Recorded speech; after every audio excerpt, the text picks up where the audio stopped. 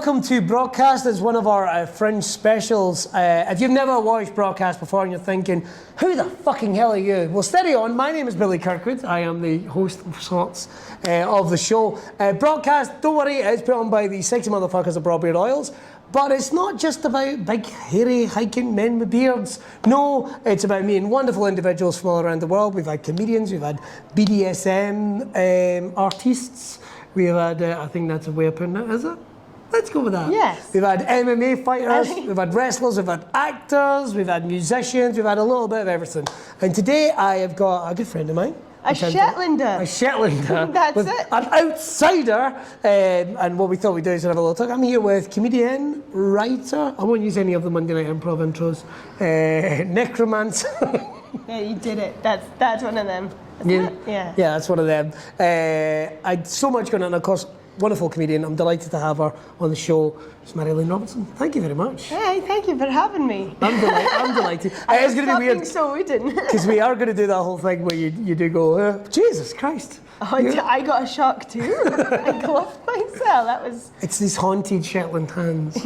Yeah, we have to punish ourselves for leaving the island. How has Edinburgh been for you? You've only been here a couple of days. Yeah, speaking about leaving the island, it's the longest I've ever been in Shetland, I think. Yeah.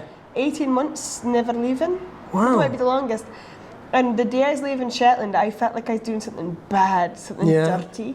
As I was like, this is pandemic and I'm leaving the safe house. And then as soon as I was driving along Ferry Road in Leith, I was like, oh no, this is good. Yeah, you know, it was weird for me, like not nearly, the only way I can equate it was the circle of journey that I had every day. See, the first time I went out of that, it was like, I'm not meant to be... Coming to Edinburgh during lockdown seemed like a dream. Like any minute now, someone's gonna come running around the corner. He's not meant to be here. Yeah. It's just so weird. But we've got a little bit of normality with the Fringe, which is very cool. If you guys have never made the trip to the Fringe, what's the nicest way of putting it? Normally, it is. I'm going to check the sound levels just quickly, just to double check, because I did not before I started. Edit. I did. Have I put them in the right hole? Could have faced that better. But I won't edit it. I'll keep it in. Oh, cool. So if I said a bad word like... You can say whatever you want. Willy, and it's in forever. Fucking get out. I feel like whenever I've got sunglasses on because it's sunny outside, but I always feel like should really? Because I don't wear glasses normally on. Try not to wear glasses on stage, despite the fact I'm kind of blind. Are those always dark, or is it the light that makes them dark? I think they're always dark. Okay. Otherwise... Are they also glasses? Yes. Oh, cool. So I can see. They've got like a bit of like a steampunk from the future Mad Professor vibe, but I think that's because you're behind him. It's just you, Billy. I never thought about that. When am I getting that role? But when you moved back to Shetland, I assume that wasn't the plan when lockdown happened. No. No, so basically, because I had just moved to Glasgow in January 2019 to do comedy. Yeah. But I'd done bits and pieces before. But this was me being like, I have to... Do you know what started it off the move was because I got a terrible review in the Fringe of 2018. Did you? Well, it was like 2 stars, and I was like, could have used some jokes. So I was like... 2 stars and no jokes, though, is pretty impressive if you think about it. They just felt bad. It's like, she's trying her best. It's not her first language. But so I thought, I'll never know what I can achieve unless I go do Unless you try. Unless I, actually do the job. So I moved in January 2019, and then in March 2020 was flying back home away from the virus. And just got the hell out of here, sure. Well, yeah. Was it like an immediate move, or was it with... I'm always interested because was it like the incoming storm and you went, I'm getting my shit and getting the fuck out of here, or? I got really paranoid because I kept looking at leaked footage from Wuhan originally. Right. Of like body bags moving and doors being boarded up, and to be honest, I'm not sure what I was looking at, like if it was all real, I didn't care, but it still was terrifying.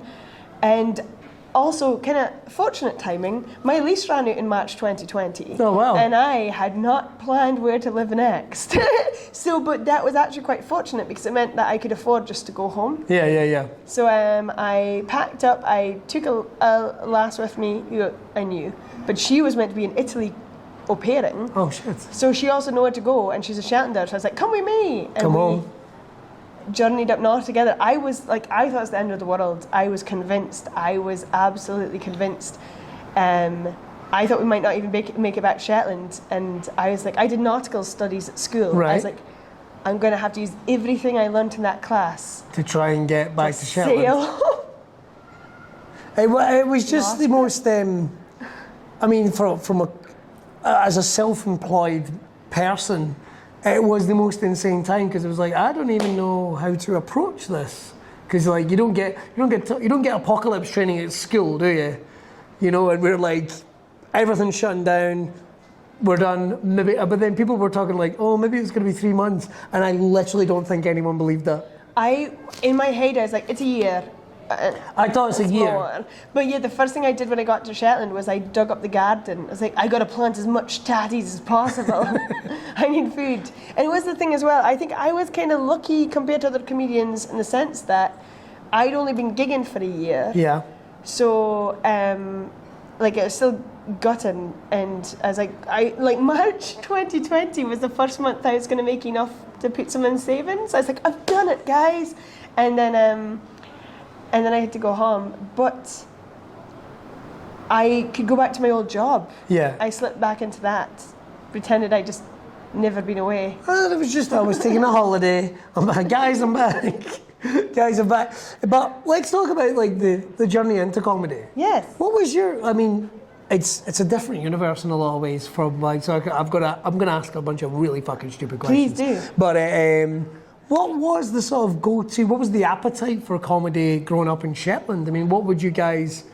I mean, I guess everywhere's quite sort of area-based. Sometimes like Glasgow can be very like people don't believe this, but like Still Game, which is probably one of the biggest comedy exports Scotland's ever had, but it doesn't really make it over to Edinburgh. You know, it kind of stays in quite central areas. Yeah. So what were you guys watching comedy-wise growing up? What was your thing? Most of the point. Why I love this shirt so much. Whose line is it anyway? That's why I still have the urge to put on massive, garishly colourful shirts because I'm like, I gotta look like Ryan and Colin. But yeah, I am. It's quite funny. Like getting into comedy in Shetland. To be honest, when I was pity, which means little, when I was younger. We're going to get to some of these words in a bit. I get a feeling. Pity means little. Yeah, pity. That's very cool. Yeah, I think people think it's just like me using sauce making wrong on up chicken. one. Like I don't know, like, she's gonna eat it. But I just did a lot of theatre. Right. Like a lot of theatre, and I really really enjoyed that. And that just kind of fell by the wayside when I started drinking, 14, and and then I think I just used to watch Whose Line Is It Anyway all the time. I used to like stand up. I actually came and studied in Edinburgh. Okay. And it wasn't till the fourth year, so my final year, when I had the flat over the summer, right, and I went to a week of the Fringe, and it just blew my mind. I was like, this is incredible. So you were in Edinburgh for 4 years, and it wasn't until that final year that you dipped into the Fringe? No. That's mad. But as soon as it hit summer holidays, I would go home and make as much money as I could for the following year. Got you. But when I finished fourth year, then I was like, well, I'm about to go into work, so I'll actually, for once, have a summer holiday. So I was always away working every summer. Right. And yeah, maybe illegally letting my room, I don't know. Well, we're not speaking now. I think it's like double jeopardy. There's nothing we can do about it. I don't think double jeopardy is a thing when it comes to landlords. But so the reason I was asking, because when I first became aware of you was through the improv trip over in Shetland, because with Les, because Les had lived and worked in the mainland for a while. And I knew Les a little bit because he'd done stand-up. We maybe did even improv together. Les would probably turn around and say I'm completely wrong when I say that. But that was when I first became aware of you. And then, so when was the journey to? But I thought you were a stand-up. I thought you were a stand-up because you started doing shows at the Fringe. I was like, oh, that's cool. Well, yeah. So I got into comedy, I think, a pretty bit back to front. So basically. At one point, when I was working full-time, I packed in my job and moved to Amsterdam. Okay. And when I was in Amsterdam, I ended up going to Easy Laughs that do open workshops for improv. Right. Because I was told it's a good way to make friends because it's in English. Yeah. And so I got into improv first. And they were going to run a stand-up course, and I just love watching stand-up, so I thought maybe I'll try this too. It was too expensive for me. Right. And then I got robbed. So I was in Amsterdam working at McDonald's, but also doing filmmaking on the side, and everything, like I got cleared out, so like my camera, my laptop, my hard drives, my SD cards, but also like my bass, my fiddle, my Kindle, like everything, even my clothes, and they packed it into my own suitcases and robbed me. So the improv school found out and felt that bad that they put me on their stand-up course. Oh man. I mean, they could have whipped round, but that's good as well. That's good as well. I'm just saying. And at the time, I was in an improv troupe that did long-form Sherlock Holmes improv. No way. Yeah, and I thought we were the only ones. Well, this is the whole thing in terms of, I feel like I'm sitting way too far back. I feel like I'm casually, so tell me. Nothing. Yeah. So that became the hook for you doing improv. What was it about improv that attracted you? Was it the, because I mean, for me, it was always like, I always wanted to try improv. I'd done bits and bobs at theatre classes and what have you, but they were never improv. It was just, like, it was like an English teacher in the mainland going, okay, we're gonna play this game and we'll all pretend this beanbag's a baby. It wasn't really improv as such. Like you weren't really learning it. You were playing, which I guess is what it effectively is. At the end of the day, it's adults still getting to unglog clap and bit to play. And what was it about it that kind of tagged you in?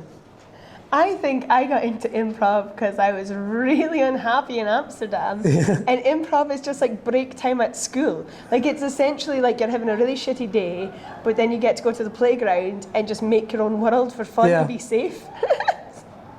Therapy. It was genuinely, but also for doing drama, I just really liked it. And it genuinely was like the happy hour of my week. That's amazing. Yeah. So we're leaving Amsterdam.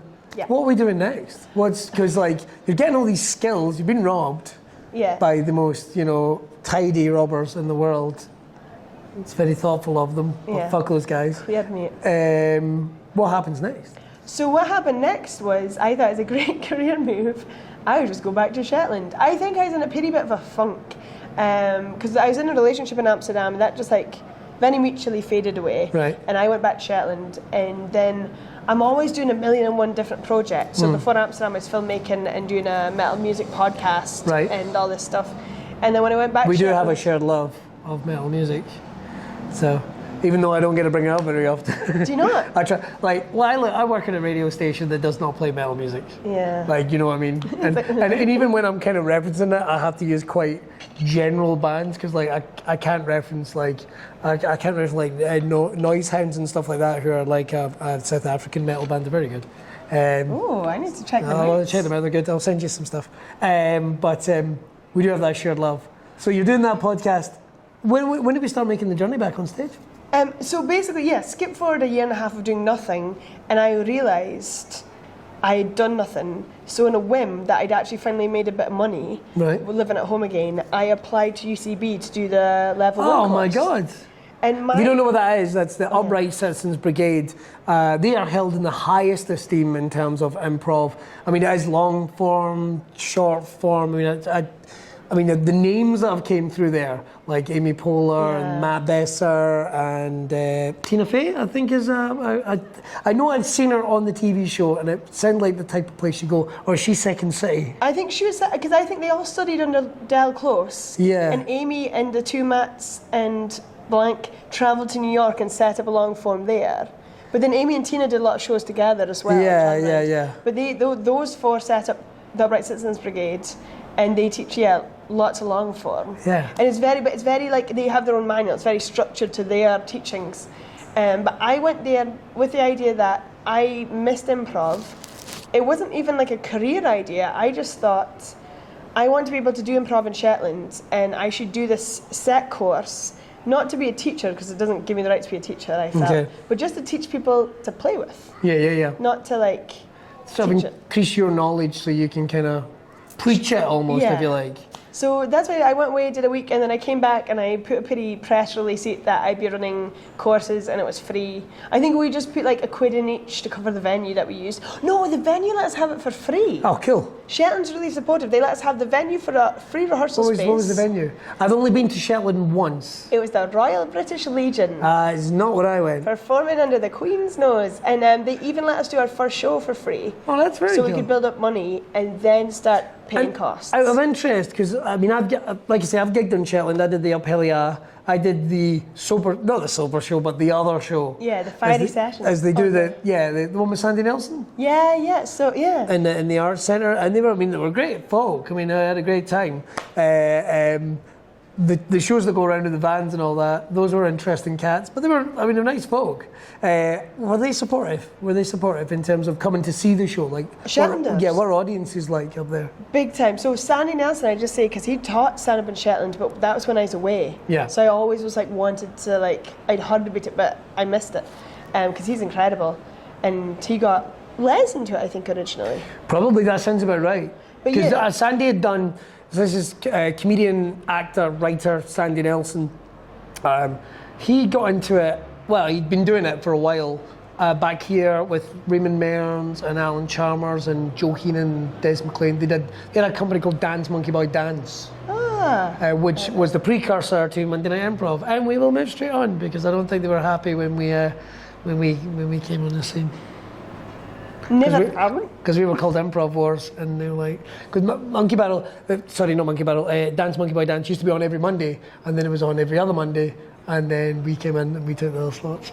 Oh. And now we're here and there, but they all fell out. I think they're all pals now or what have you, but they just stopped happening. This is the magical world that I never knew about before. Yeah. That's all there. So I think it's why Raymond's funny with me now, but never mind. Right, moving on. On the record. Yeah. If you're happy to come on and talk about it, Raymond, I'm more than happy. But no, Shetlanders are really, really supportive because they're like, oh, something's on, we'll make the effort to go to it. Yeah. The only difficulty with Shetlanders is they will wander in at their own time. Like, if you think I'm bad of time, imagine an island of me. But it's like we had to kind of be like, doors at this time, shows at this time, and always push a show back like 15 minutes. But right. The only thing in the venue. And I used to say at the start of each show, like, we've tricked you into coming to theatre, just so they would not, so they would get a level of like, we have to listen sit to and watch, right? Yeah, but they're the most brilliant crowd. Great suggestions. Really fun. Really brilliant at laughing. Like, you couldn't have asked for like a more supportive audience. Really lovely guys, and they kept coming back. But we didn't want to overdo it, so we'd only put a show on once every 6 weeks. Yeah. Because it's also like, you can overdo it and then folk will stop coming if you do it that right amount. Yeah. And yeah. Keep the buzz going. So, because it seems like, it's funny because like improv gets received in such weird ways in the mainland and all around the world. It's like comedy's like secret love. Yeah. Hey, do you want to see some improv? It's like, we're just going to make it up on the spot. Well, I don't want to see that. No, come in, it's going to be fine. And then I'm shopping a carrot. Yeah, and then audiences will come in and they will just go, what the fuck is this? And love it. But it's a hard one to sell. What was it about? What made you want to get back on the stage yourself? Because you started doing the solo shows. Was that a case of wanting to write or what? Well, my end goal in life is to make a TV series I came up with my brother in 2008. So this is all... all... the one about you being a cop and he's an alien from another planet? I'm the alien, he's a wizard. I see. That's a real story. I forgot. So that was like, it's always been like this kind of creative goal that just trundled by, and I will do it. But I'm saying that because I thought I might not. But I will. Getting into stand-up was funny because I really loved it when I did it in New York. And in a weird twist, like a strange thing, when I came back from Amsterdam, I immediately, one of the reasons I came back from Amsterdam was I put my name in to play the Royal Military Tattoo. Right. So I used to play fiddle or violin at the Royal Edinburgh Military Tattoo as part of a Shetland band. Holy shit! I mean, we had a gentleman on this called Ted Jackson, right? Ooh. And Ted had effectively sailed around the world, right? Wow. But then he dropped in little things like, I'm also a bit of an opera singer and all that. It's like, sorry, what? And you know, as the gentleman that does the, I forgot his name, the Go Compare adverts. Yes, it's him. He's an extremely talented opera singer. When they can't get him, they phone Ted. Really? And he just like completely came out and he does coaching and positivity. You're the same. Because like we're having this discussion. Oh, by the way, I might have played in in a band for the Edinburgh Tattoo for Charlotte. I mean, it's not a big deal or anything. Did I also mention I studied for UCB? This is why we're having the chat. I'm really good at miming. It's like, no, I had to learn it. So I kind of took it on because I loved the tattoo to watch on the telly. Yeah. And me and Dad always watch it together. And it's weird it not being here this year, don't you think? Oh, yeah, I know. I mean, I'd misunderstood. At one point, I thought they were going to do like a one big one or something. Maybe it was the audiences that were the problem, but them not doing it is so weird.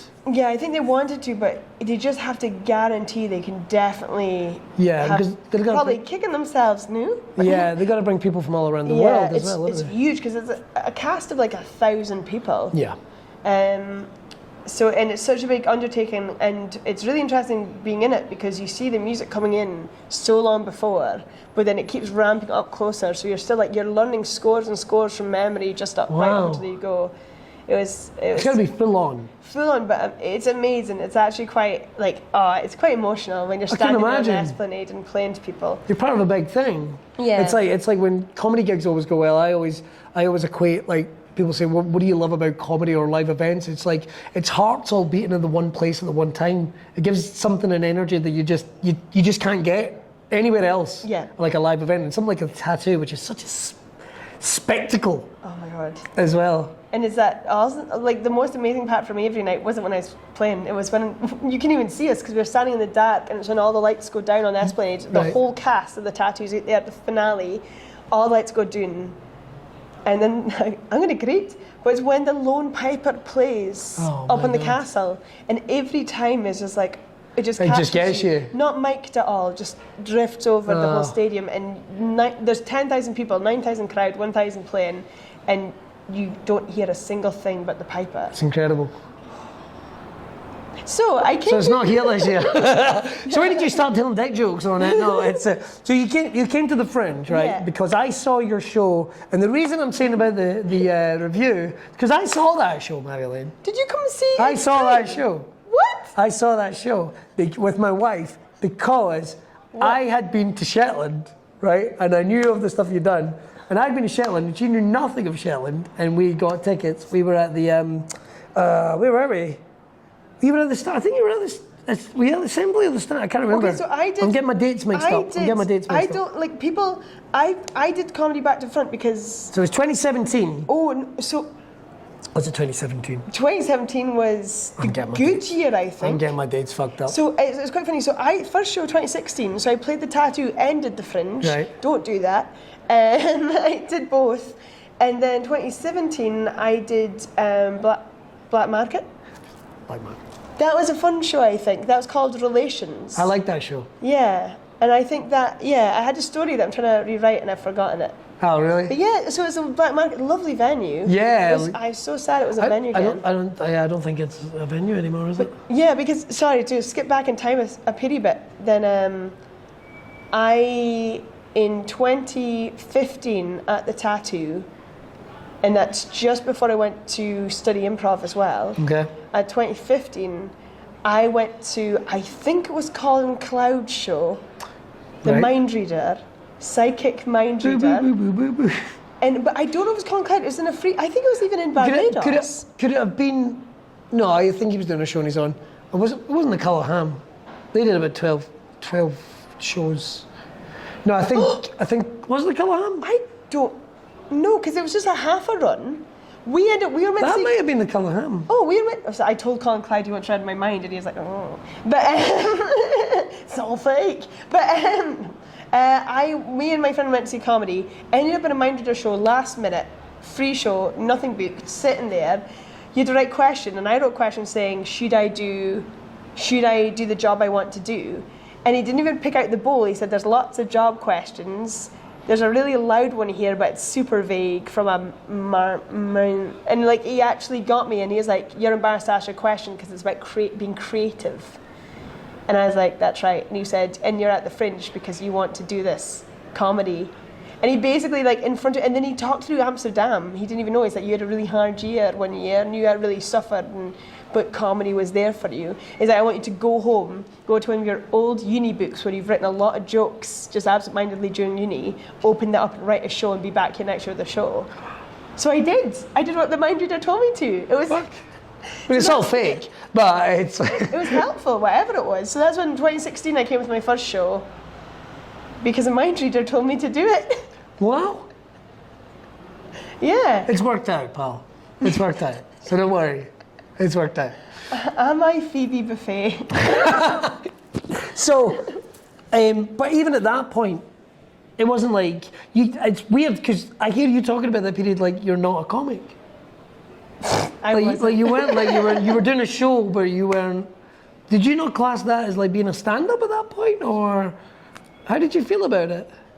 I just felt like I don't know, because at the time I was like, yeah, I'm going to go do comedy, and like Shatner was really supportive, like, oh, you're a comedian, and I was like doing my gig and I'm a stand. I went doing, and I always fired as I'm an observational comedian. I make observations. I think when my reviews came in, they're like very surreal, because I was like, oh, making observations as a Shetlander, right, about life down here is like accidentally surreal. But I still was like really hesitant because I was like, until I'm making a living from doing comedy, got you. I was really scared. And you do get people who are like, and you can understand why, because anyone could do an open spot and be like, oh, I'm a comedian. Yeah. And because I hadn't even done Red Raw, got you. I had done more hours than fives. And I was like, I felt like a fraud. So I used to always list myself as stand-up in storytelling. Right, okay. Well, did you feel like you'd learned to drive the car, but you wanted to know what was under the hood? Is it kind of like that? Yeah. And I felt like I was obsessively watching other comedians because I couldn't go to gigs because I lived in Shetland. Right. So I was obsessively watching comedians, so I memorised their sets, and I like to watch comedians who I feel are completely different to me, so there's no crossover. I get that, yeah. And then I'd always watch them and be like, oh, like Daniel Sloss, it's like set up, punchline, set up, punchline, set up, punchline. I'm like set up, punchline. I was like, I need to sharpen. I'm more punchline, set up, maybe punchline, set up. This could be a punchline, I think. Here's the punchline, all right, here's the setup. I always feel like I'm apologising for the punchline. It's more punchline apology. Set up. I'm sorry. Punchline. That makes me feel bad because I always thought as well. It's like I can't, like I haven't compared the gig.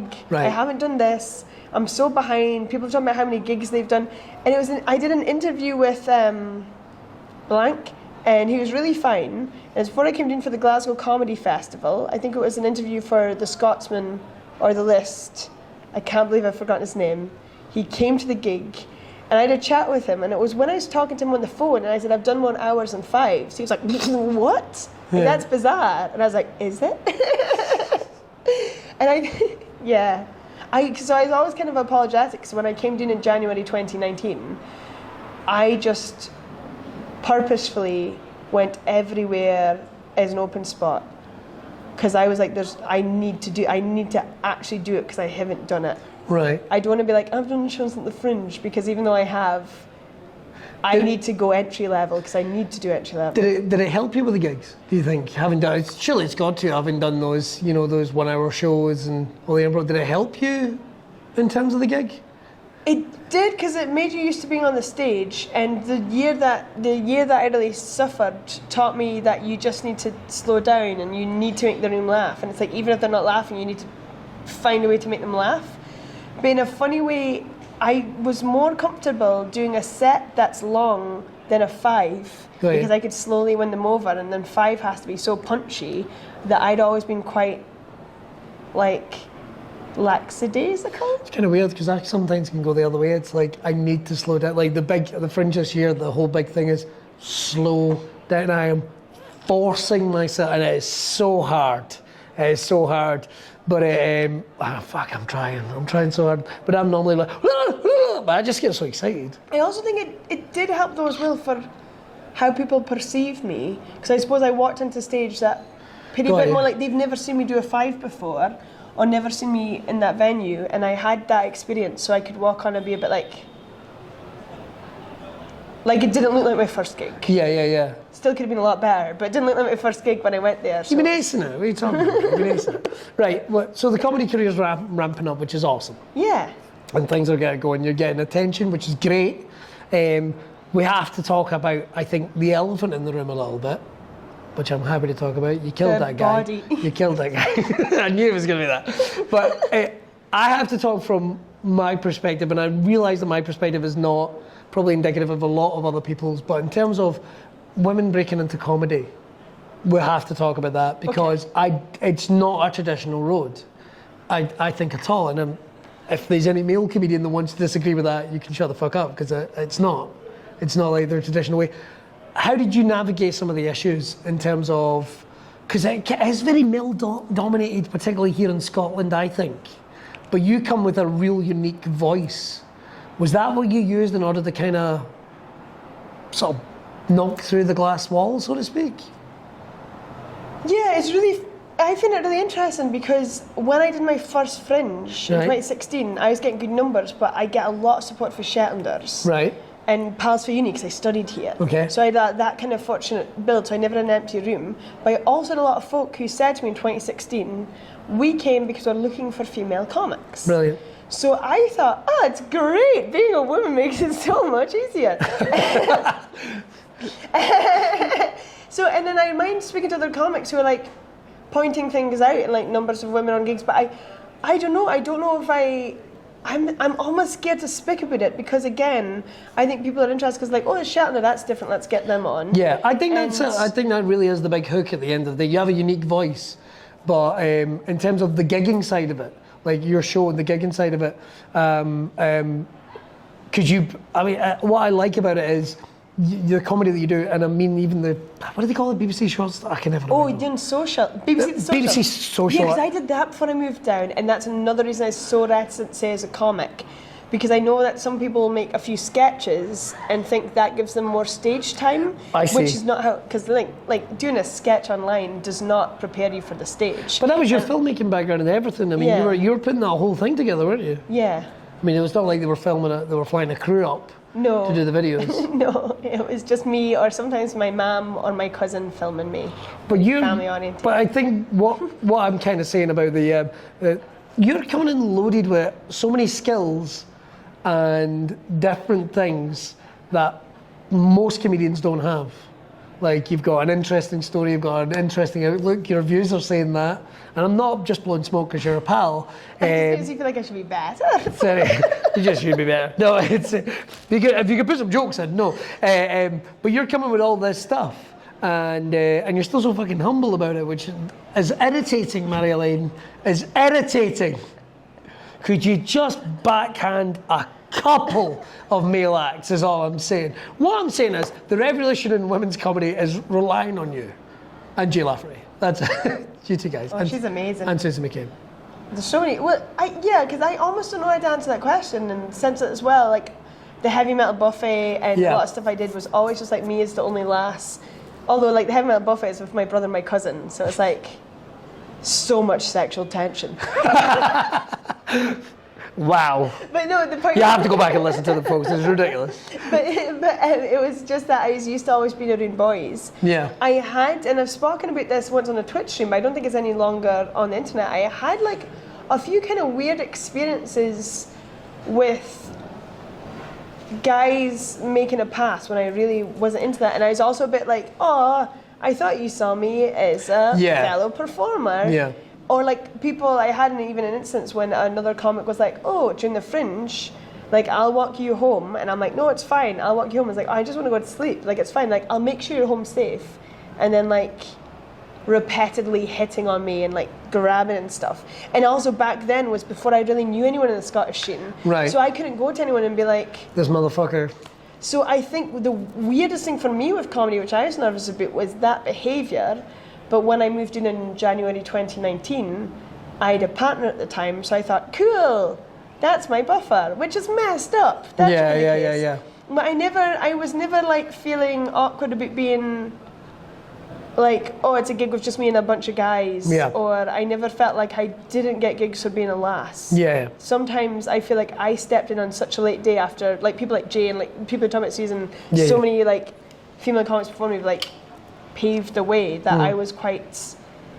I could be on a bill with another woman, and that wouldn't be too irregular. And there's an amazing wave of female, like strong, female, progressive, forward-thinking talent in Scotland that I mean, I don't want to say you slot in because nobody really slots in because we all hate each other. But you know, we all hate each other. The thing she was saying about all those women I just mentioned before we did this, it's like ridiculous. I'm just picking up. It's funny. She did.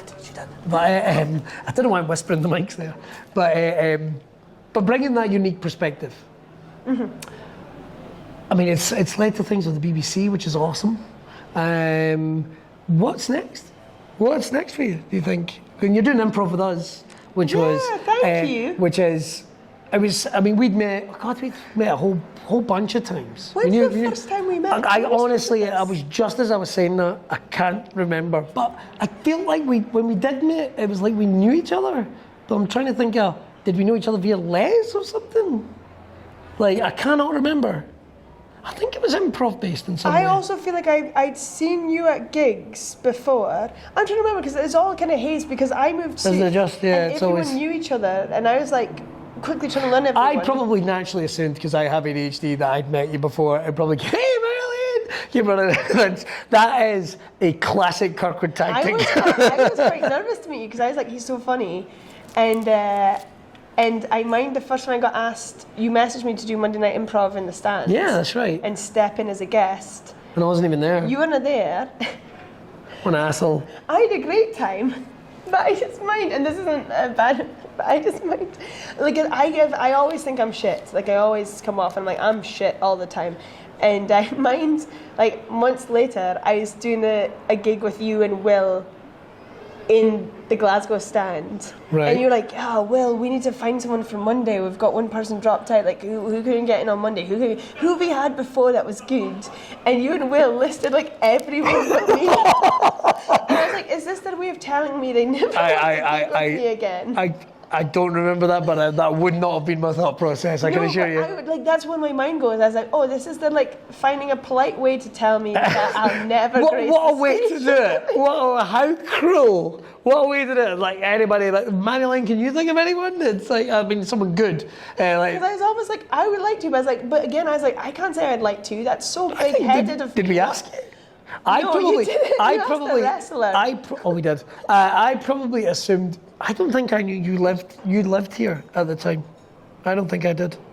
I wonder if I did. I sit in the green room with you, but to be honest, like I was just like, because I should have just at the time been like, I'd love to do it if you want me. Yeah. But I was just like, no, Marilyn, you're obviously shit. No, at all. Don't put them in an uncomfortable position where they have to be like, oh, actually, we do have someone. I feel so terrible. We have Will twice. I feel so terrible. I will kill Will. Will because he's meant to keep me straight.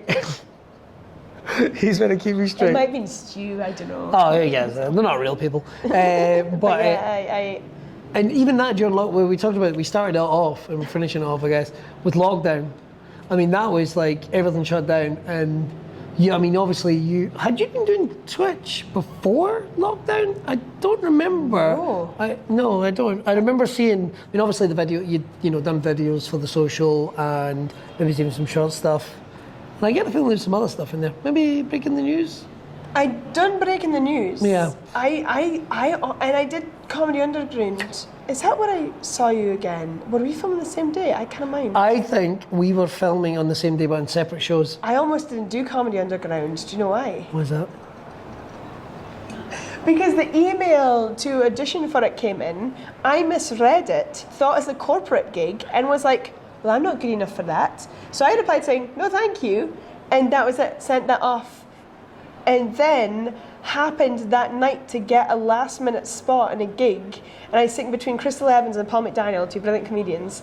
And they were speaking about this audition. Because they were both on, yeah. With names I recognised. And I was like, sorry, did you get an email from this corporate gig too? They're like, corporate gig? This is an audition for a TV show. And I was like, So like on my phone right there and then I emailed and was like, yes, please, can I come and audition? Because I thought it was a corporate office gig, and I was like, oh, I've no right to do a corporate office gig. I'm not good enough, but it meant an audition in an office for a gig. I went the other way because I heard all these people were doing this TV show, and I was like, why am I not doing this TV show? I want to do this TV show. I'm gonna fucking phone. Good on you. And I phoned, and Richard Melvin, who's a wonderful guy, could not have been fucking out. When actually I was thinking about you hosting an episode, I was like, oh, thank you very much, sir. I felt, do I have to audition? No, okay with it. Like, I was ready, man. I'd have sucked him off the other guy if he'd asked. I can't believe I almost passed up because I just but you get emails sometimes in the way they're worded, you're just like, no, I don't want to do that. That sounds terrible. And then it ends up being amazing. I wonder what else I said no to. I remember I got email. I'd done a kids' TV show, and this email came in going, "Oh, we seek out repeat fees that you're due from other countries. You're due about like $3,000 or something like that." And I was like, "This is bullshit. Children have money. I am phoning this number, and I'm going to give this motherfucker a piece of my mind." Right? I was just going to call them out this fate. And I pick up the phone, and this guy could not have been nice. I went, "Oh, thank you for phoning. You would not believe the number of people that do not actually follow this up. I'm not joking. We have $4,000 here for you." And the way, and I'm asking, so how does this work? And he went, well, basically, because we do the work, we get 10%, so we get 400 quid. And I'm like, oh, that seems all right for money that I wasn't getting. I was like, yeah, that's cool. Listen, we'll get a check sent out. you send a form, and then we'll send you a check. And then this check for more actually turned up more, and I would have, because it sounded like a scam. Yeah, that's like just like a car just out of nowhere. Like. It sounded like a scam, and I was just like, oh, just ignore that. And then when the check turned up for $4,000, I felt like I just remember the fact that I was going, I'm going to give this motherfucker a piece of my mind. This arse, I could use $4,000. I could use $4,000. But when everything locked down, you turned into the Curve. I always said there was a whole bunch of people that I thought were amazing and turned into the Curve. Roscoe, of course, being one. He is just... CMB, flying. That's going to be what Roscoe does now. I honestly think. He's so good at it. CMB, I know he's not doing it as much now. Liam, of course, and Gareth, and I guess to a lesser extent, Kai Humphries and guys like that. Yeah, and Amelia. Amelia, of course. Ashley yeah. As well, yeah. And Ashley. Both Ashleys, Ashley Manny, Ashley Story. And you went for the storytelling thing. So there's a little kiss in the cheek to what you'd done before. And that was so well received. I mean, how did that suddenly... I mean, it is weird because, like, we spoke about it a little bit. There was that online community that suddenly there you were. God, am I meant to be doing it tonight? You know what? It's fine. It's fine. I didn't tell him I was doing it tonight. All right, that's okay. Sorry. Unless you're watching this in the future, and I might be doing it tonight. She might be doing it tonight. Yeah. We'll wrap it up so she can. No. But in terms of how was that? I mean, that was because you'd gone from having these audiences supported, but there's people watching you from all around the world. Yeah, so it was like. How I got into Storytime was almost like a selfish thing for myself, because what I found was just before lockdown, I wasn't having the best time before lockdown anyway. And what I found was it was the best I ever gigged. Checking my time. Oh no, I don't need to be anywhere. But unless you do. No, I think somebody's going to come in that door soon, so I'm going to be right. Well, sorry. Surprise. Basically, I find that, and have you ever found this? It's like when your personal life is really difficult, it's almost like stage is even better because it becomes a safe space where you have control. Yeah. So I find, and with lockdown, as lockdown was approaching and the world was getting scarier, I was getting better on stage. And then what I found was I found when I went back home to Shetland, I couldn't sleep at night. I was really stressed. And I thought, I need that escapism. I need that ability to be on stage again when I'm so immersed in something, I can just escape reality for a bit. Yeah. And then I thought, I'd done a few story times on Instagram Live or something, and I thought immediately, there's no way I can do comedy every night. I'll run out of jokes immediately. So I thought, I'll just tell folktales, because I love folktales, especially Shetland has thousands. So I just thought I'll log on, tell a folktale, and I happened on the second day I ever did Storytime to go accidentally viral on Twitter that day when an Iron Maiden t-shirt blew away from my washing line and got stuck in the only tree in the area. And people really liked that tweet. So they all tuned in on Storytime. Wow. So it's just a complete stroke of luck that so many folk came along and found me, and knew a lot of those folk always watch Monday Night Improv. Yeah, they do. That's awesome. Yeah, it's all because of it's my maiden t-shirt. I loved it because like I'm not active on Twitch.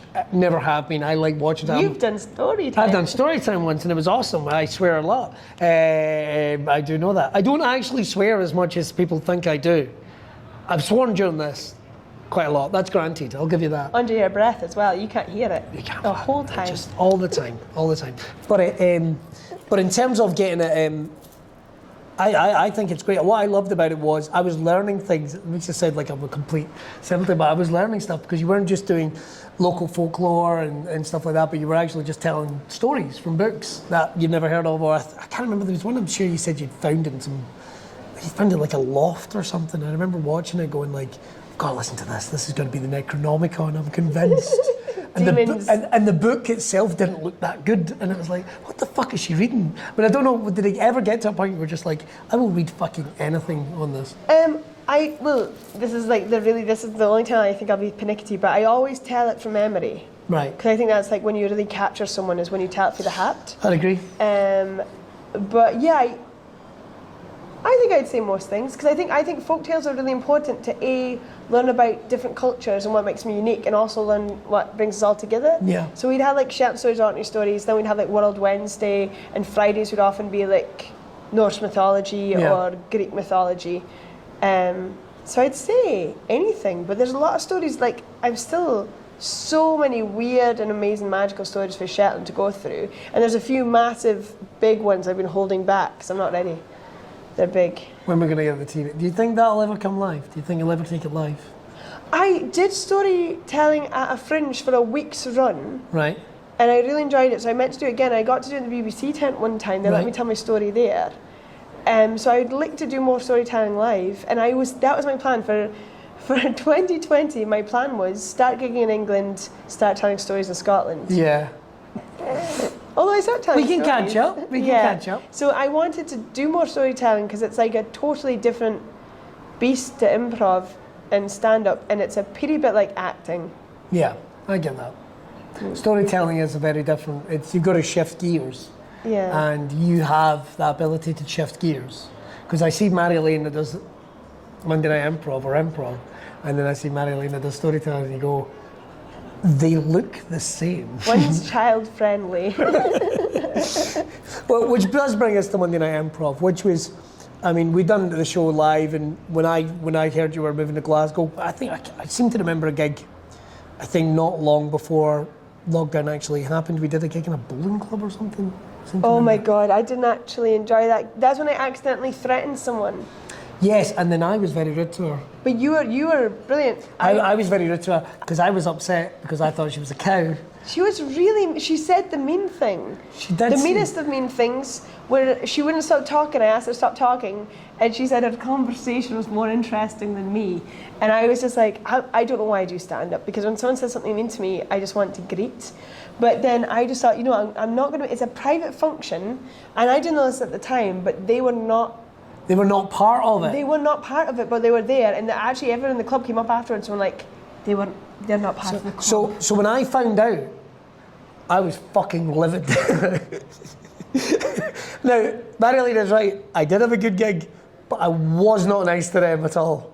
Like, I wouldn't even let them in. They tried. So what happened was they tried to get in on my gig. Like, but I wouldn't let them. I wouldn't.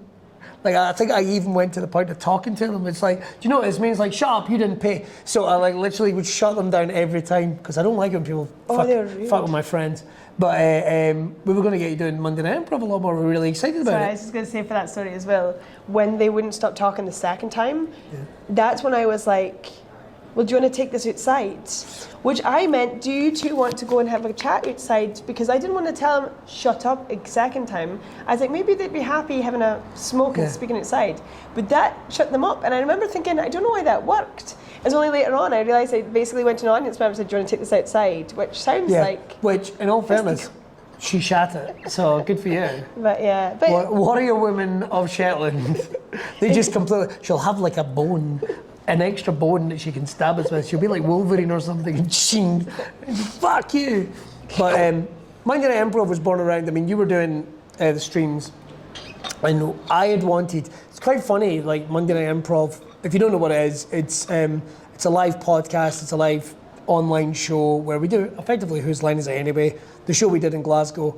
And originally I wanted to do what we do now, like literally at the start of lockdown. I wanted just to do Monday Night Improv, like a live stream. Yeah. And Stu and Gary didn't. Nobody wanted to. And I was like, well, that's fine. But we almost became a support group for each other, because then we started writing sketches. And like, I'm not being funny, like the sketches are like 3 minutes long, but we would spend like 2 hours talking about it. It was early, because we had nothing else to do. We had literally nothing else to do. We would do 2 hours, it would get dark during these fucking things. But how was that for you in terms of like having, I mean, I know you would have had connections with the mainland, but was that a support thing for you as well? Oh, big time, because I think for years and years and years, I would come in for the Fringe. I only knew Will. Right, I that's knew Will. awful. I knew Will Nami because I bumped into him and we both had Sherlock Holmes improv troupe. So like, Yes. what? Can't be many of those kicking about. And I knew Matt Jennings because we shared a room, but I didn't know, like, for a long time, I didn't really ken any other Scottish comics. Oh, I never thought that. So I felt removed, and I just had this like constant FOMO where I would just like look at the comedy forum and be like, look at all these people being so lovely to each other, and I don't know them. And then when lockdown happened again, when I was back in Shetland, it almost felt like, obviously it wasn't happening, but it felt like gigs were happening south, and once again I'd been pulled away from it. Right, okay. And then when you guys wanted me to be part of it, it was like a lifeline to the scene that I wanted to be part of, and felt like I'd once again been physically taken away from it. Yeah, no, I get that. So it was really nice. I think it helped us shocked. all deal with it, to be honest, and the audiences. I think it helped the audiences, because it's easy for us to forget that there is people watching sometimes, and like, yeah, music, live entertainment, improv, stand-up, it all got ripped away from us. And I think it kind of helped us. And then it became an online show after the sketches just bombed. Nobody watched the sketches. Did the sketches? There is actually one sketch that has disappeared. It's the Biscuits one. Well, that never went out, I don't think. I don't even know what it is. That sketch, that was like the first sketch you got me to film. And it was like the raunchiest thing I've ever done on camera. That's right. And my dad had come over to work on a fence, and I was helping my dad in my boiler suit, working on the fence, helping. I was like, oh, I have to go do something quickly. Went in the house.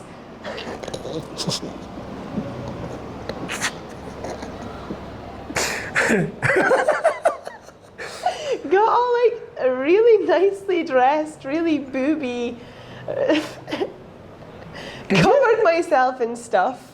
Yes, you did. And probably well, booby for me is just like there's something there. And then covered myself in stuff, and then had to shower because I felt dirty. Sent you the footage, and then went out back in a boiler suit and was For like, the record, she did not send me the footage, just to make that very clear. it wasn't anything sexy. It was like a piss take on a. Can we say what on the advert? It's like a piss take on the Flake advert when Yeah. But it was biscuits. But it's biscuits. But I was like shoving them in my mouth and like pouring tea on myself, and It's funny. it was funny. It was. But it's sorry, that's them ramping up the motorbikes outside, because it's we've got a Mad Max tribute act coming in here just shortly.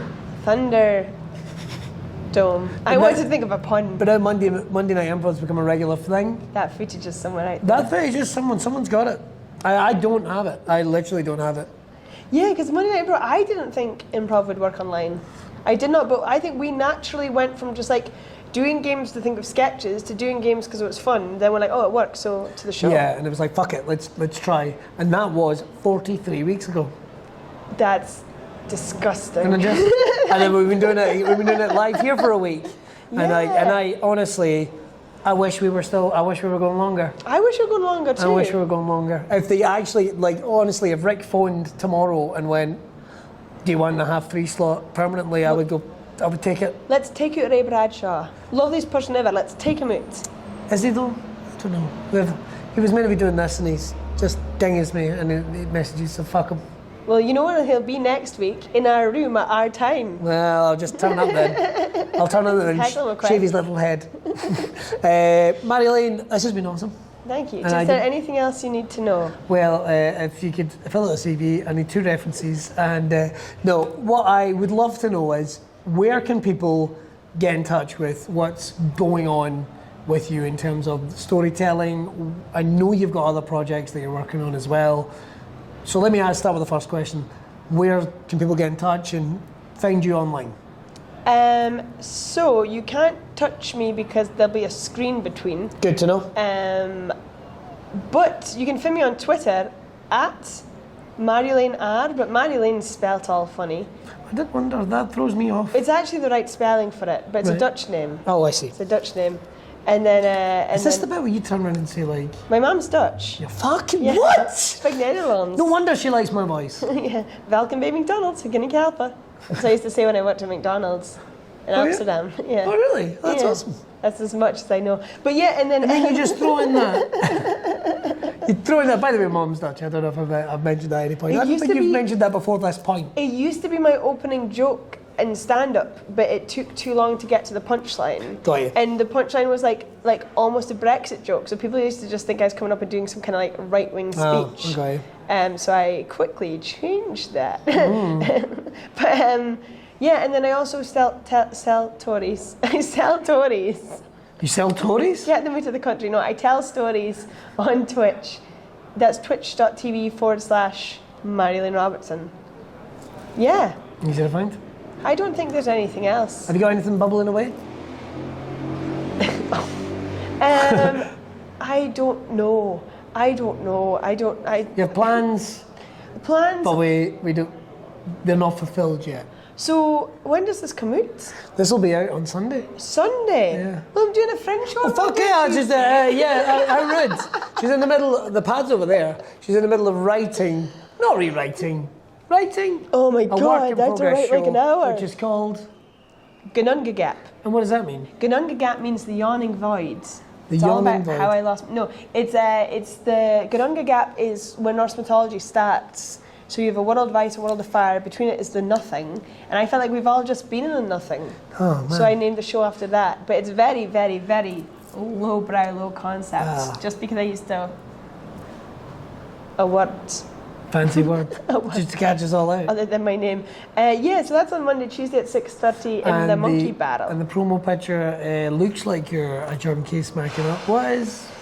Was that the only one you hadn't used? Is that the only one you hadn't used? I or- almost used another picture, which maybe would have been better, but I feel like it's just because it's like the void and it's like that. But Billy from the future, if you could put that picture in here, go and see the show. yeah, it was at the time I was doing photos for comedy before I moved south, and I was like, I should probably do some funny poses. I know. I just got on the ground, did a lot of poses, and the only suitable one, I'm clothed in all the pictures, but that's the only suitable picture. It's horrible. I call it Ride the Dragon.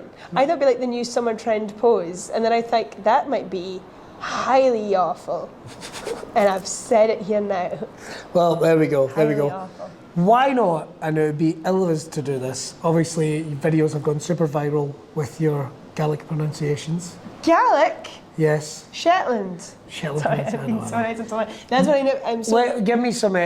Shetland words. Oh, if you won't mind, ones that we can maybe learn. Ones that a dyslexic moron could learn Why- very easy. Don't I give you some onomatopoeic words? If you wouldn't mind, that'd be awesome. Brain. Here's one I do quite a lot, but I'll say the word and you can guess what you think it means. Okay. So the word is crump. Crump. Is it bum? No, it's a Oh. thing that makes a sound. So if you could go Crump. crumping. You go crump, crump, crump. Sneaking? Sneaking? Kind of Walking? Yes, on a Running? very specific thing. Crump, crump, crump. Crawling? Crump in the winter. Crump. Walking in snow? Yeah, it's the noise of snow makes. So when you're Oh, walking wow. on icy, snowy ground, it says, "Oh, your footsteps are crumping." Oh, that Crump, makes sense. crump, crump. Isn't that nice? That's lovely. There's other onomatopoeic words too. Or I could give you a funny word. This is the one that Gareth Waugh, I think, didn't get. Heather can dunk. Heather can dunk. Heather can dunk. Heather can dunk. Heather can dunk. Heather can I'm dunk. not speaking to Heather. Heather can dunk. Heather can dunk. Heather can dunk. You sound like you're saying Heather can dunk. I know. Heather can dunk. What does Of that course, mean? a two-pointer. Heather Dunk is kind of two things. It's the wood bobbing up and down in the sea. Oh, yeah? So for an island of no trees, exciting times. Or it's the name for a seesaw because it's up and down, bobbing. Oh, Heather Dunk. I love that. Will any of this be in the show Monday? If you thought that was funny, I'll write it down. Anyway, this has been awesome. Yeah, thank you for having me. Thank you very much. Thank you very much. Everyone, make sure to check out Mary-Elaine's social media as well. And of course, make sure to tune into Storytime and go and see her at the Fringe. She's only doing 2 nights at Monkey Barrel, Monday and Tuesday. Don't worry, I will put the links somewhere around about here. That's all we've got time for on broadcast. Don't forget, you can support and keep this podcast free by going over and buying some stuff at broadbeardoils.com. Normally, we send a little thank you package, so I've no idea what we're going to send you because we'll find a t-shirt or something. What? I get a present? I nearly gave away a big secret there, and I won't give it away.